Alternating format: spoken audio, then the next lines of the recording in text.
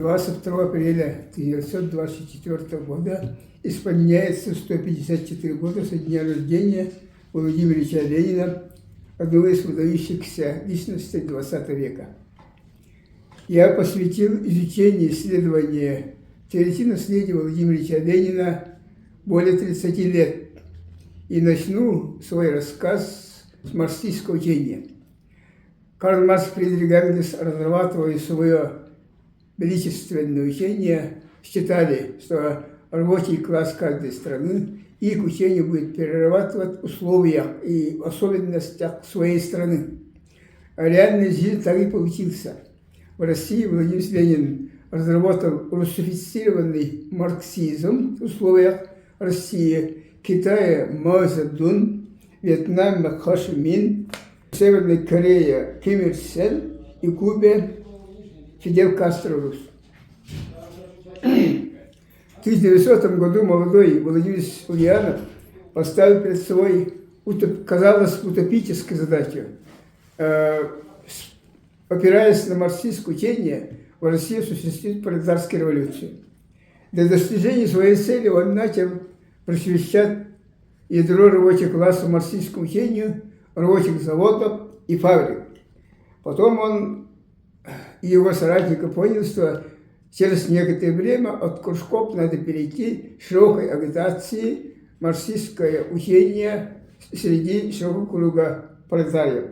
Для этого требуется массовая газета. Владимир Ленин за границей начал издавать газеты «Искра» и подпольно распространять в промышленных административных центрах России. Первый съезд Российской социал-демократической рабочей партии состоял в 1898 году. Но партия так и была не создана, поскольку съезд не утвердил ни устава, ни программы. Лишь в 1903 году сначала в Брюсселе, потом в Лондоне состоял второй съезд РСДРП. На этот раз партия была создана, но сразу она раскололась на два течения: большевиков во главе Владимиром Лениным, меньшевиков во главе Мартовым. В огне борьбы этих двух течений возникла марксистская, ленинская, политическая рабочая партия, авангард рабочего класса России. Через 17 лет сначала совершилась буржуазно-демократическая революция в России, потом Великая Октябрьско-пролетарская революция в ноябре 1917 года, в результате которой пролетариат России завоевал политический власть, установил свою диктатуру, отменил буржуазную частную собственность средства производства, эксплуатации человека. 8 ноября 1917 года второй съезд Совета создал Совет народных комиссаров во главе Владимира Ильича Ленина. Первым делом государство рабочих крестьян отменил царский аппарат государства. Это армия и генералитет. Таким образом, молодая советская Россия на некоторое время осталась без армии. И постепенно формировалась регулярная Красная армия, которая впоследствии победила и в гражданской войне, и интервентом с 14 развитых стран капитализма.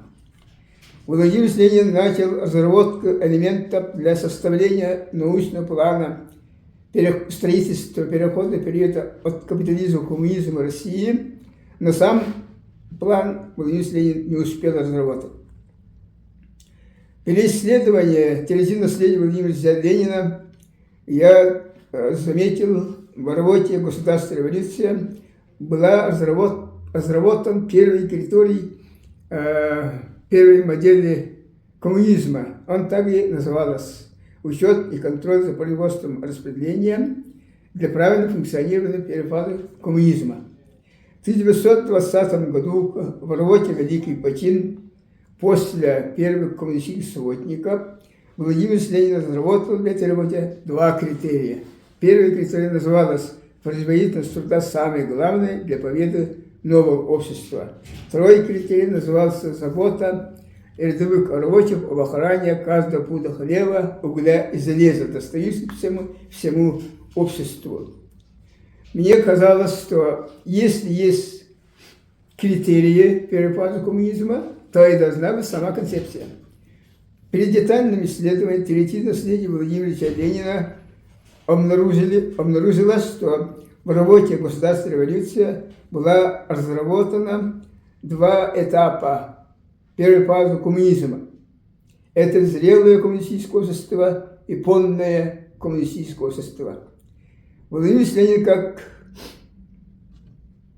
глубокий теоретик, каждое свое открытие со всех сторон обосновывал, аргументировал, уточнял. И на этот раз тоже в 1920 году в работе «Одесская болезнь левизны в коммунизме» Владимир Ленин разработал еще два этапа. Это разбитое коммунистическое общество, развернутое коммунистическое общество. Это были начальные этапы первой фазы, ибо до зрелости и полноты коммунизма было еще очень-очень далеко.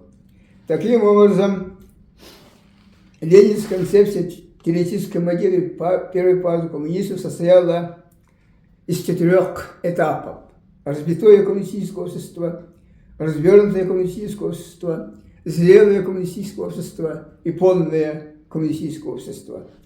В разных работах Владимира Ильича мне удалось обнаружить 6 критериев. Как я уже говорил, знает государственная революция – это учет, контроль за производством и распределением продукции. В великом почине – это производство труда самое главное для победного общества и забота рядовых рабочих о сохранности каждого пуда хлеба, угля, зелень, достающихся всему обществу. Дальше идет привлечение бедноты для управления производством и государством. Дальше советская власть плюс электрификация всей страны есть коммунизм.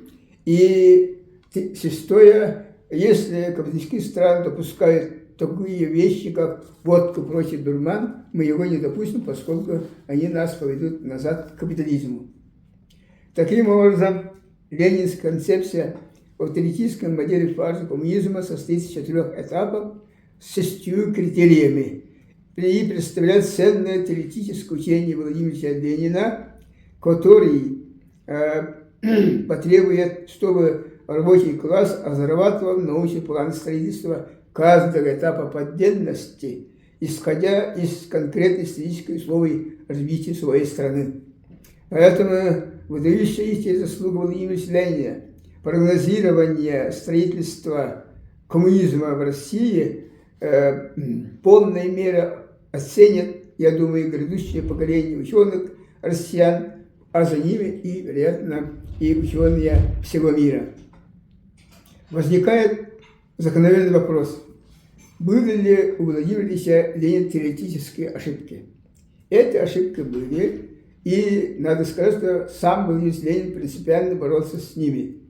Но есть при изучении теоретического наследия Владимира Ильича Ленина есть такие положения, на которые Владимир Ленин шел осознанно, вероятно, чтобы подчеркнуть особенный путь строительства нового общества в России. Значит, самого своего первого произведения она называлась «Что такое друзья народа? Как они воюют против социал-демократии». Владимир Ленин заменил марксистское учение о коммунизме своим учением о социализме, с которым можно было согласиться, если бы не было два обстоятельства. Первое.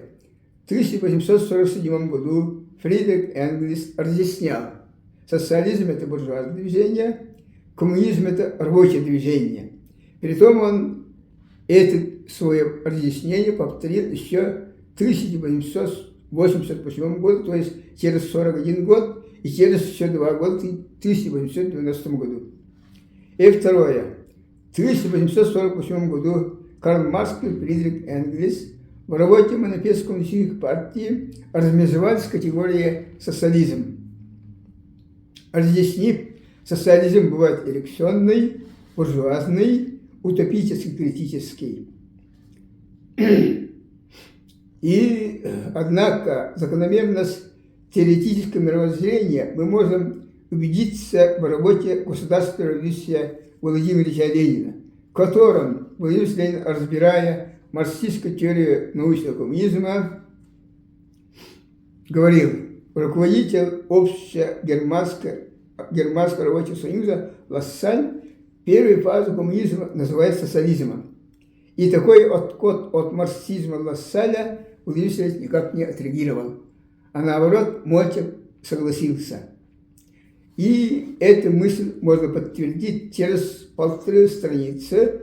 Владимир Васильевич вновь возвращается в первую фазу коммунизма и говорит: обычно первую фазу коммунизма Карла Маркса называют социализмом. В данном случае получается, поскольку он никого не перечисляет, так называет первую фазу коммунизма Владимир Ленин и Лассаль. На его развернутое определение, что такое социализм, Владимир Ленин дал в 1919 году в своем докладе о коммунистических сводниках Московской городской конференции партии. Он сказал: социализм – это новое общество, непосредственно вытекающее из капитализма. А коммунизм – это более высокий уровень развития общества, который может быть при более полном развитии социализма. Таким образом, вся теоретичность идеи Владимира Ильича изложена в 55 томах и посвящена социализму. Это осознанный отход от марксистского учения, вероятно, чтобы подчеркнуть особенность российского коммунизма. Однако это не говорит, что, значит, Владимир Ленин имел крупные теоретические ошибки и нисколько не умаляет его заслуги разработку русифицированного марксизма, России, ленинизма, который впоследствии был его соратником и последовательным Иосифом Сталиным был реализован в Советском Союзе. Спасибо за внимание.